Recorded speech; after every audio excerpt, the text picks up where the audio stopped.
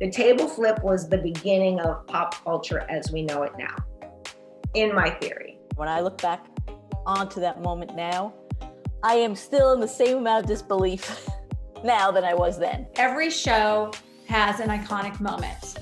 I have a few of my own, but I would have to say for New Jersey, Teresa's table flip was definitely it. And it was so raw and so good. Look, that's what put us on the map. Everybody was talking about it. It was all over the magazines. We are going to get to the bottom of one of the most landmark Housewives moments there is, Teresa Giudice's table flip. I'm lifting the curtain. I'm breaking all the walls, not just the fourth, all of them. Go off.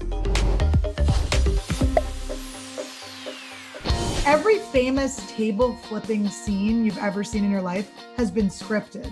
So to see an unscripted, true moment. You stupid bitch!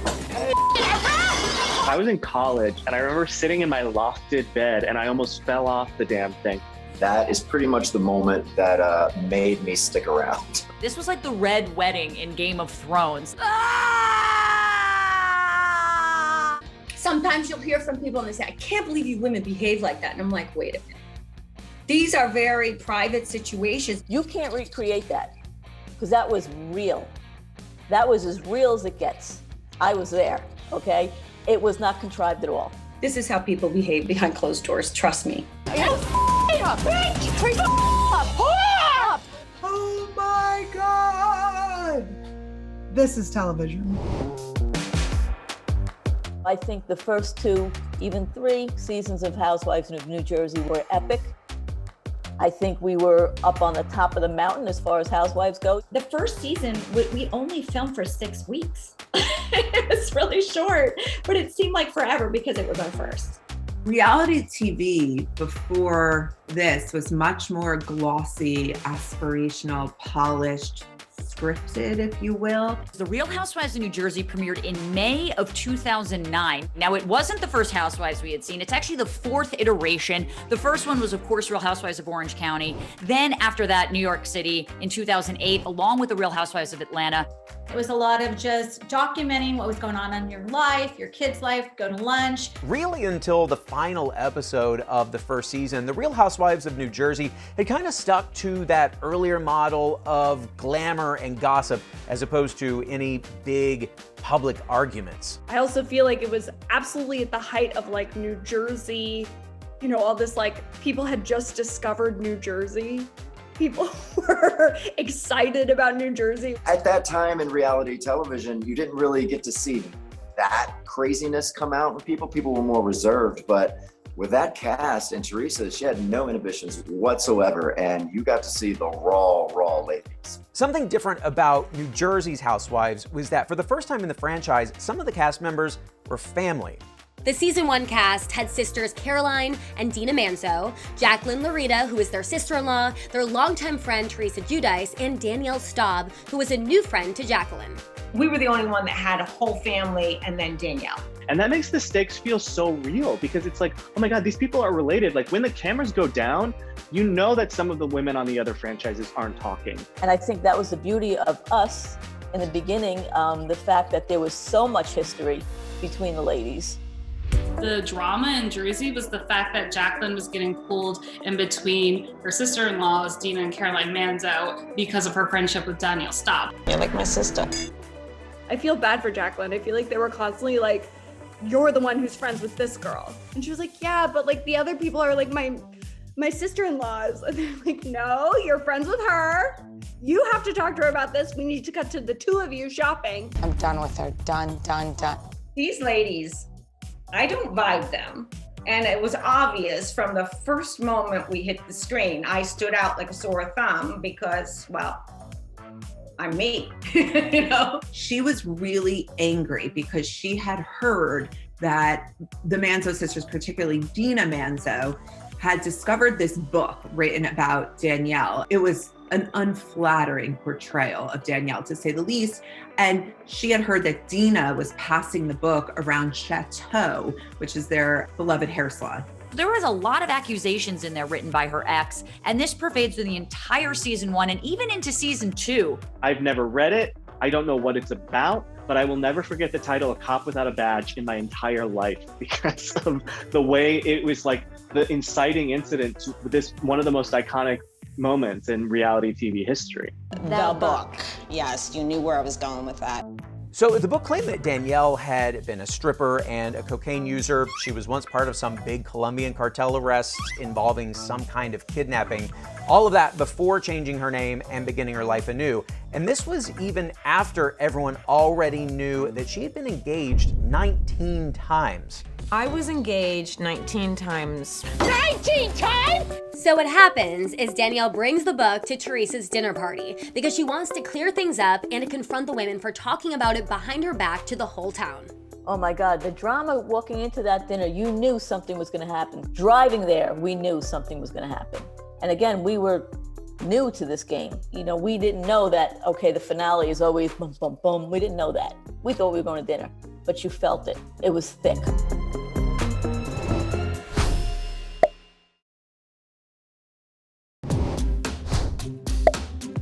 What makes this all even more absurd is that this was initially meant to be a housewarming party for Teresa's house, but the house wasn't ready, so she had it at a restaurant. Yeah, very confused by that one. I mean, I throw housewarming parties, it's at home. So needless to say, I didn't bring a gift because I'm not bringing a gift to a restaurant. I'm not invited to your home. You can go puff and go. It was also weirdly a boob job reveal party, right? She had just gotten breast implants and then was having everyone compliment them. Your boobies. How do you like them? They look great. Oh my God. So there's a lot of laughter and chit chat about that. And then, of course, we all know it takes a turn for the worse. Danielle shared a behind the scenes secret that one of the producers, Carlos King, actually snuck the book into the dinner party for Danielle. We took a little break and I went to the bathroom and I text Carlos, I said, now meaning there's a book, he's got to get it under the table without anybody being suspect, and I'm getting ready to walk back into the room and the cameras are rolling. I had a Dolce & Gabbana dress on. I'm not gonna carry some schlumpy bag with a book in it that I'd rather not ever see. Carlos, like a little ninja, jumps over tables, leaps over, he was just really funny.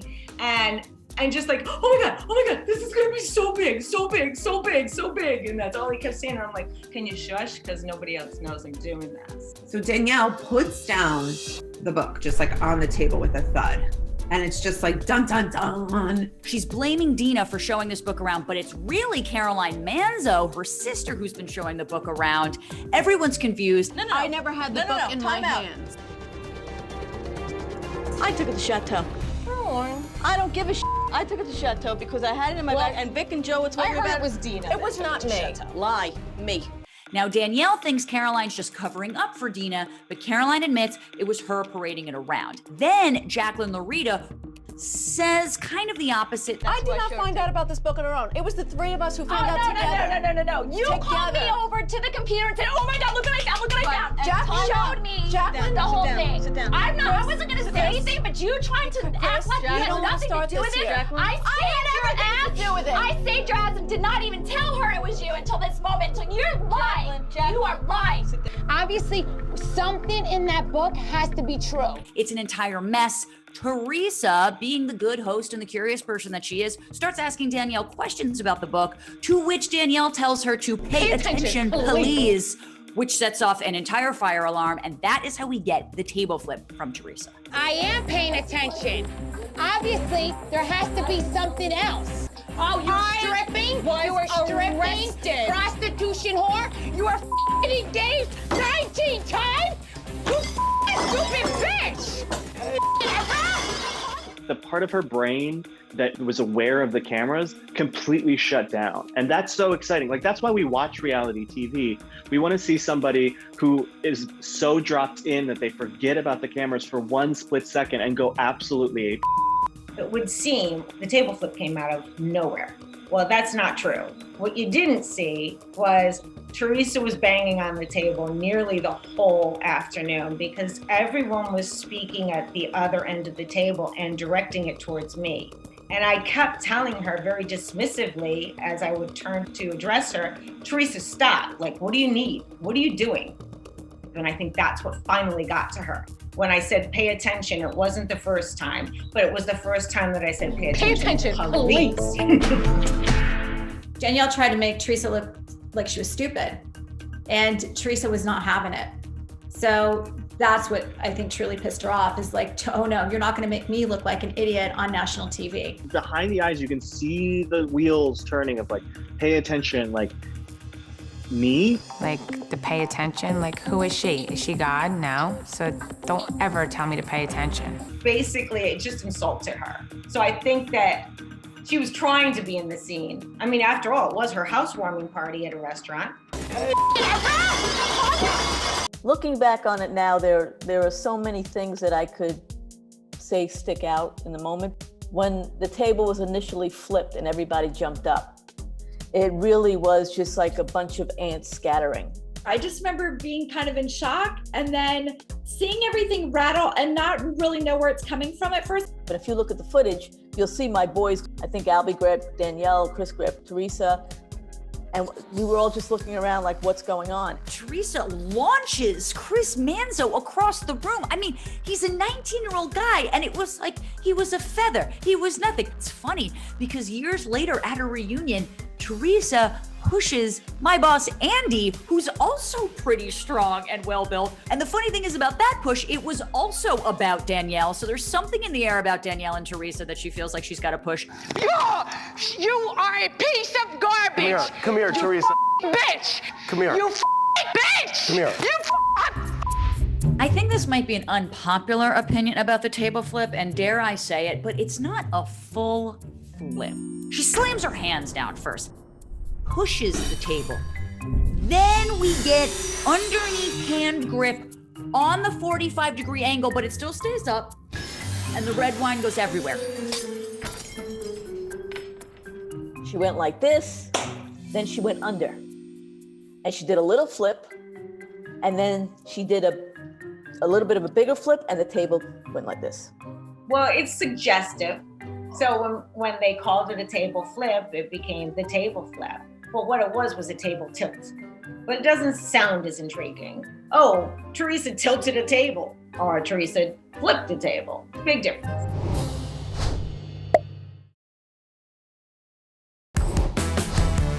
The table flip aftermath is incredibly interesting. Right after it happened and production calmed everybody down, I don't know if it was my brother Chris or Joe Giudice that said, come on, let's go have a drink. Now we're gonna get our drinks next door. Come on, let's go. And we all went into the bar and had a drink. And I remember sitting there thinking, this is crazy. What happened in there is crazy, and here we are now hanging out and having a drink as if nothing ever happened. That remains with me to this day. That's what makes Housewives so amazing, right? They can deliver these moments, these huge blowout fights, and then next minute they're like, eh. The truth is, there were so many iconic moments and iconic lines that came out of the table flip. Prostitution whore! prostitution whore. You are f***ing engaged 19 times. We hold these truths to be self-evident. Prostitution whore engaged 19 times. Doesn't even make sense. It's not even a thing, but it was so random and mean and like bad that it was perfect. Let me tell you something about my family. We are thick as thieves and we protect each other to the end. That is the first time in my life I said that. And I have never said it since, unless people on the street, always on the street, they want me to say it. Let me tell you something about my family. We're thick as thieves and we'll protect each other till the end. Don't know where it came from. Have no idea, it just came out of my mouth. Teresa afterwards, she's like, I know I flipped the table, but did I look classy? Did I look good? And we were like, yeah, Teresa, that was a classy move. When Teresa said, did I look good? Was I classy? Everybody agreed. No, Teresa, you flipped the table. It's so funny that all these women are like here talking to Danielle, accusing her of being like this like day classic person, and then she just flipped the table. Oh my God, was it classy? One of the mysteries around the table flip is what is Teresa saying towards the end? Coming to my trap! You whore! A guy in my ass! You whore! Wow. At that point, it was chaos. It was absolute chaos. When I tried to watch it with closed captions, it says unintelligible. Like even closed captioning was like, I give up. We've never heard this before. Okay, I think what I heard was chair, whore, you a guy. I don't know what she was saying. You come to my house. I'm not in your house, Teresa. That's why I was like, what? Everybody kept asking, what is Teresa saying when you hear her going something like, my shore house? You know, she was yelling. She was talking about her shore house because Danielle had gone to her shore house with her boyfriend. And then the next morning, I guess Danielle didn't strip the bed, change the sheets, nothing like that. So that's what Teresa was yelling about. You come to my shore house, you don't even change the sheets. This now makes more sense because I'm like, why is she so mad about what's written about someone in a book? I definitely think there's people that don't watch The Real Housewives that know certain things about the Housewives because they become memes and they become super popular on TikTok. Do people still use the housewife table flip? Of course. I mean, it's really the only way to explain your rage without using words. Teresa and like the shaking of the table, flipping it over. I know that gif because I've used it to illustrate anger. Where's that gif from? Who knows? But I saw a table full of white women looking distressed. I use that GIF in customer service related interactions with brands on Twitter. Delta has definitely seen Teresa Giudice flip a table. You made me miss a connecting flight. When I saw that table flip as a gift for the first time, I thought it was hilarious. And I was alone in that opinion. I'm trying to think if I thought it was funny in the moment. I was kind of in shock. I don't think it's appropriate, but I think it's funny. No, I do not use a table flip GIF. Once is enough, thank you.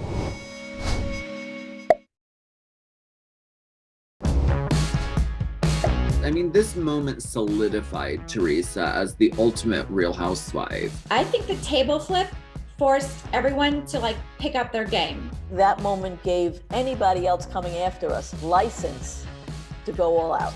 Now everyone's trying to up it. I think a lot of the cast members are like, okay, what can I do this season that can be the table flip? Because that is what secures your position for the next season. When you feel like you're getting a lot of press and a lot of attention and a lot of eyeballs on you, I think you're sort of encouraged to be this free and uninhibited version of yourself, because that's what we all are watching for and craving.